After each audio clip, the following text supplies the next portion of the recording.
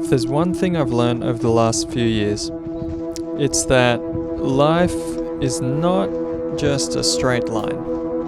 It's not like a nice gradual incline of difficulty and improvement. It's not as smooth or as predictable as we might like it to be.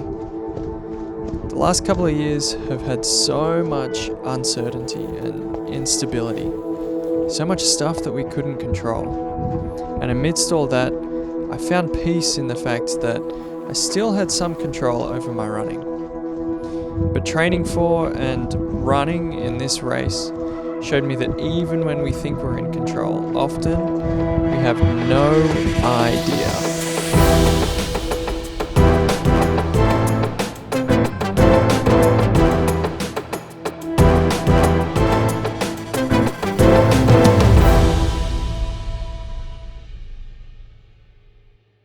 For me, this is UTA number 3, and similar to what you guys kind of go through, and we all go through when we're out running on the trails.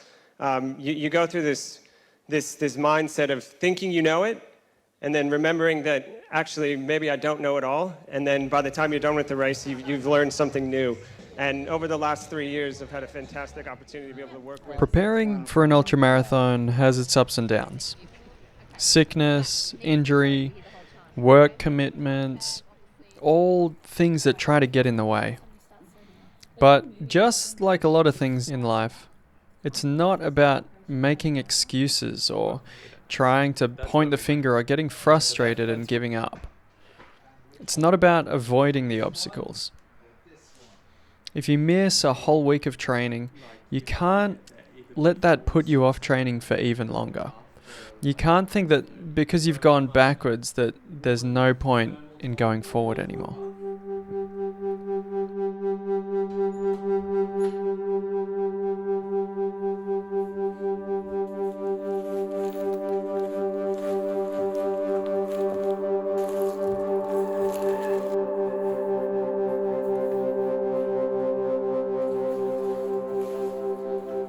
How you handle your current situation, I think, is really important. It's about accepting where you're at right now. It's accepting that although you may not be at the point that you wanted or expected to be right now, you can continue to move forward. Get back up and each day train from where you're at right now. Preparation for this race has taught me a lot about perseverance and resilience. It's shown me that it's not just about accomplishing our goals, but it's about the training, the work, the journey itself. The training, the setbacks, and the victories along the way are all just a part of what shapes us. Torch is ready, big breaths. See them on the start line. Everybody's focused, ready to go. Team, it is 10, 9, 8, 7, 6, 5, 4, 3, 2, 1, go! Well done, Nadia.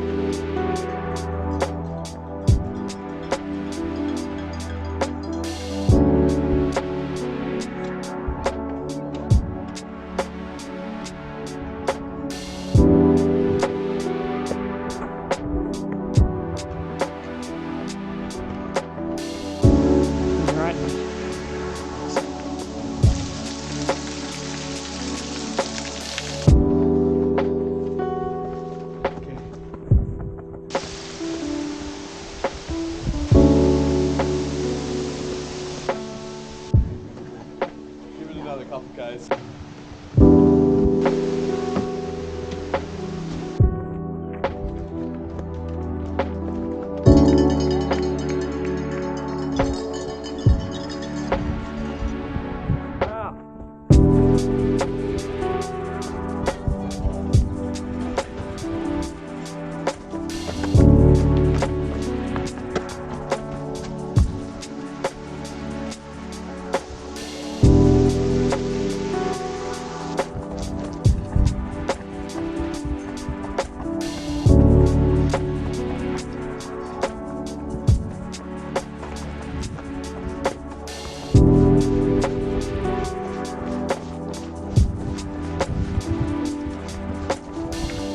Taking like a couple gels. That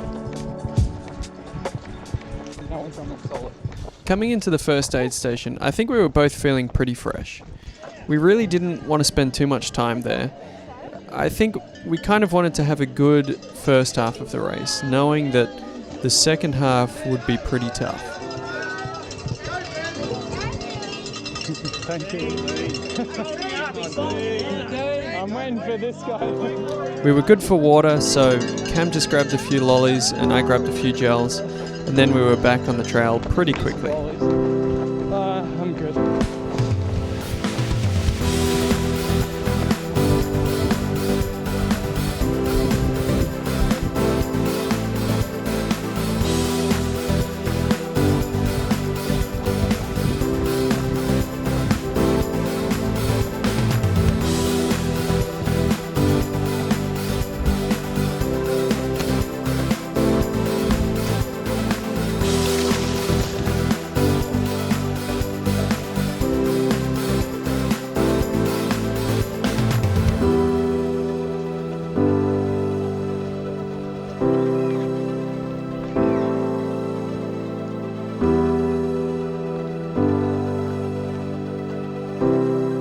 While the training and lead up to this race had been full of ups and downs, weeks of good training but also weeks of injury, I thought it was quite fitting that this was also the most difficult and hilliest run that I'd ever done.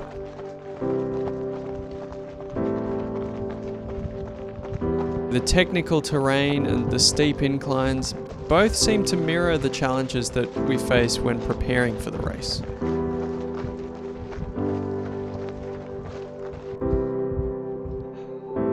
Approaching the second aid station, we were both feeling a little beaten up. The trail had thrown some steep climbs at us and we were really starting to feel it. With so many different supplies to choose from, I was a bit indecisive, but ended up going with the old faithful salt and vinegar chips and Coke. After a few minutes we left the aid station, but the pace was notably slower this time.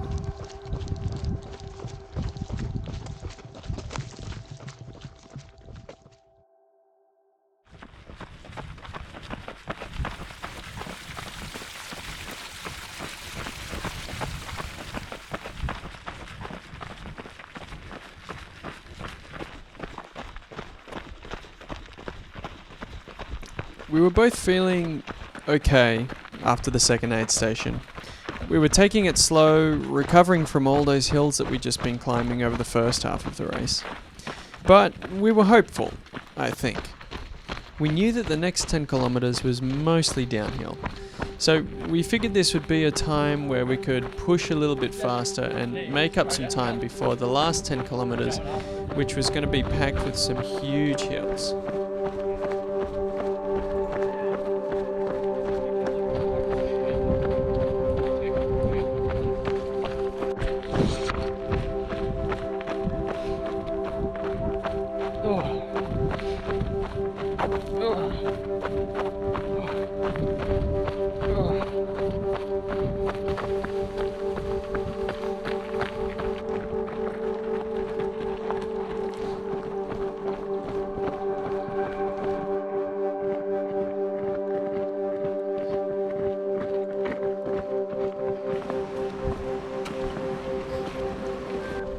During the second half of the race, there were moments when I didn't know if I could go on. My body was exhausted and my mind was telling me to give up.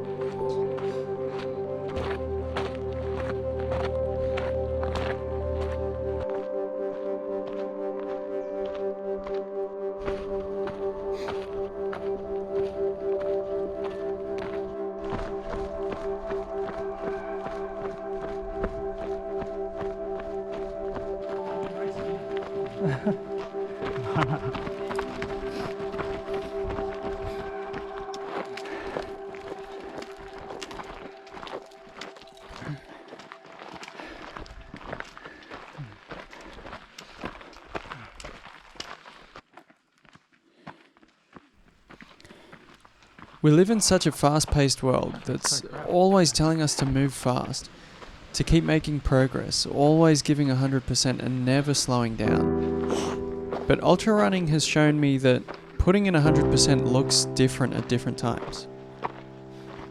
This long downhill had just shredded my quads, and that, mixed with, I think, a lack of salt and other electrolytes, caused huge crampings that got so bad I couldn't stand up at one point. Sometimes 100% looks like sprinting down a hill, but at this point, it looked like hobbling over some rocky terrain.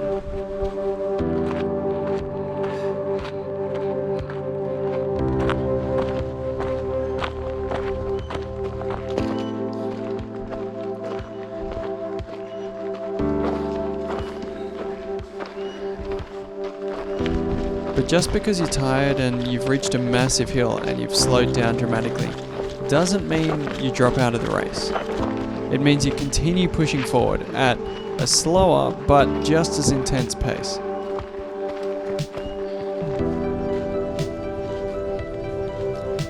Ultra running has taught me that the ups and downs of life are what make it beautiful.